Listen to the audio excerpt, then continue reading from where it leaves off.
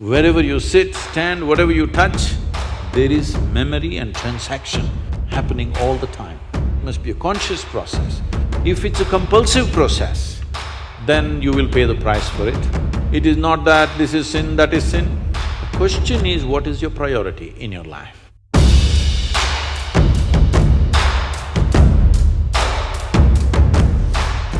Sadhguru, how can a person stay committed to someone in a relationship?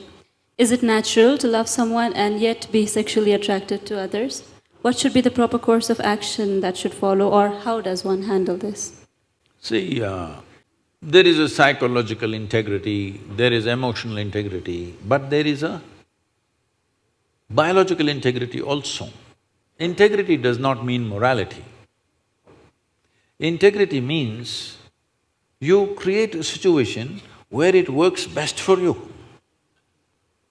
So when we say integrity, suppose I say, there is a certain integrity to my body, this means it's strong and resistant to a whole lot of things, isn't it? It doesn't mean I'm morally stuck in something. So I'm talking about… I want you to understand the word integrity in that context. We're talking about integrity in terms of strength of this life. So if that is the thing, is it true? Do you remember how your great-great-great-great-great-grandmother 10 generations ago looked like? Do you remember? No. But her nose is sitting on your face. Yes or no? Body remembers, isn't it? Body remembers your forefathers 1,000,000 years ago. Yes or no? So what you're calling as my body is a heap of memory, isn't it so? Yes. Memory or no? See, now from Nepal you came to Shillong, you eat a lot of this Meghalaya food, your features won't change because your body remembers what is your genetics, no matter what. Or you start eating, let's say, cow's food or dog's food, your body will not get confused and become a dog or a cow because there is evolutionary memory in this.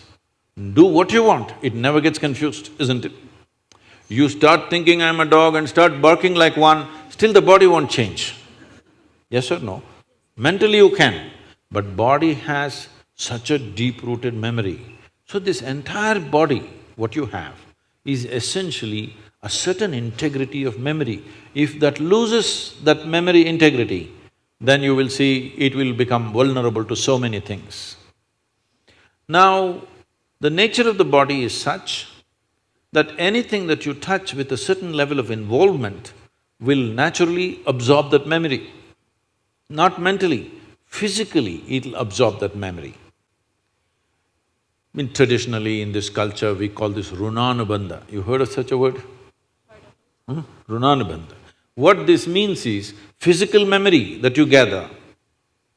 Why people… you will see this with people, let's say in their home, they will go and sit in one place.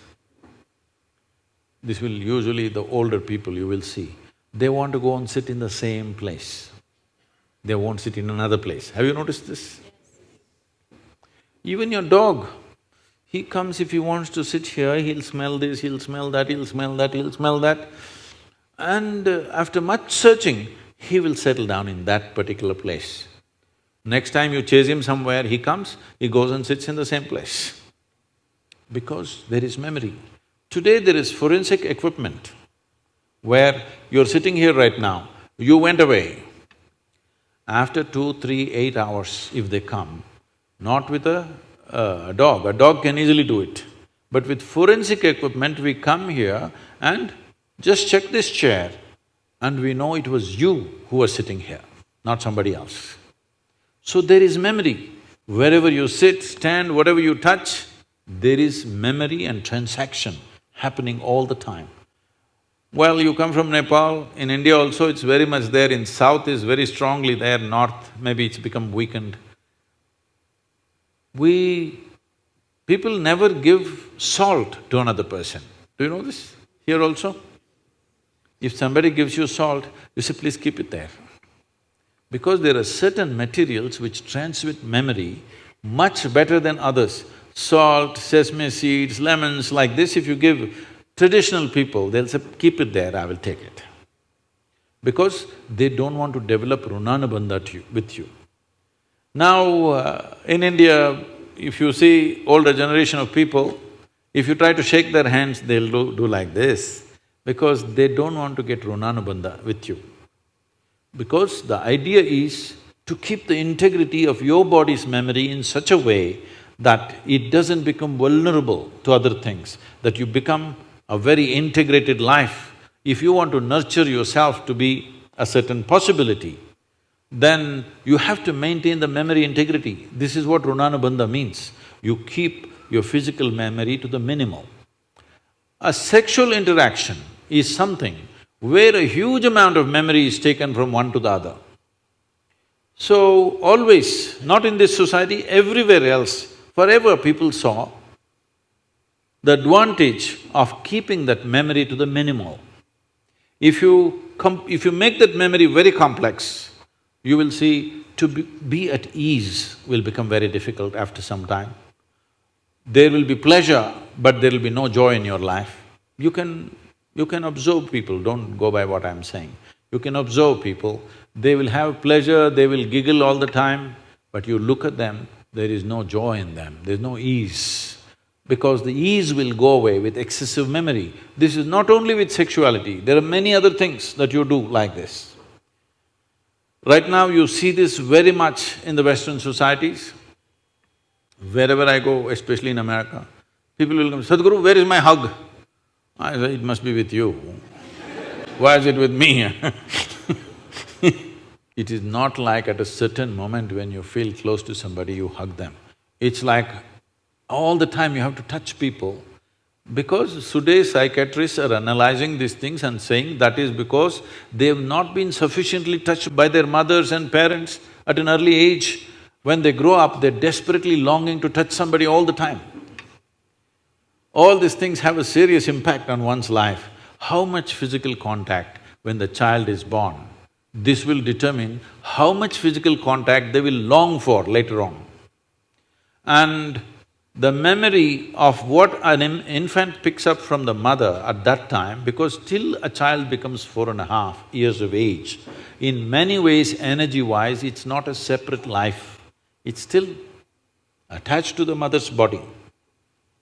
Actually, if by nature if people go till then, they must be drinking the mother's milk and connected up to 4.5 years, that's how naturally it was.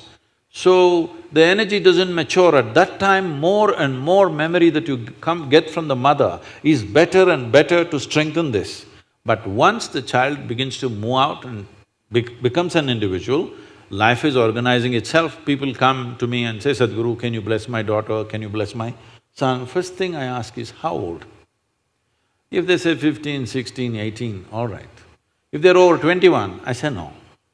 Because me blessing you, blessing will not go to your child. You may still think emotionally that's my child, but as far as life is concerned, it's become fully separate. Generally, the course of life is considered to be approximately 84 years or 1008 cycles of the moon. The cycles of the moon and our body is very directly connected. Only because our mother's bodies were in sync with the cycles of the moon, we are born, otherwise we wouldn't be born, isn't it? Hello? So, a full life is considered 1008 cycles of the moon, which will approximately considered as 83 to 84 years. So if one crosses 84, it's considered a full life. In this, the first quarter is the only time when it is connected to parentage. After that, the child must move, because energy-wise, you cannot connect those two lives anymore. So that is when the longing, if you have not created enough integrity within yourself, the longing for another body multiplies. Even though the hormonal phase may be higher between 15 to 20, the longing to bind and bond with somebody increases after 21 years of age, because unknowingly you're like a satellite who fell off the main mother. You come off the motherboard. Now you want to attach to something unless you find some integrity. This is why between 12 and 18, one must do lot of sadhana to strengthen the body.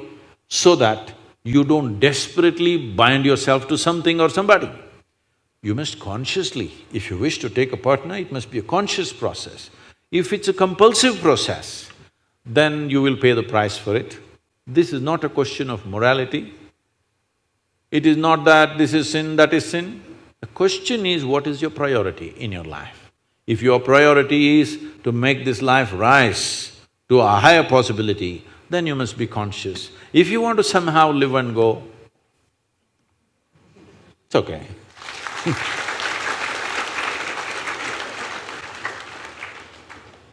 Thank you, Sadhguru. I'm sorry if I discouraged… You just answered my question, Sadhguru. Thank you so much for that.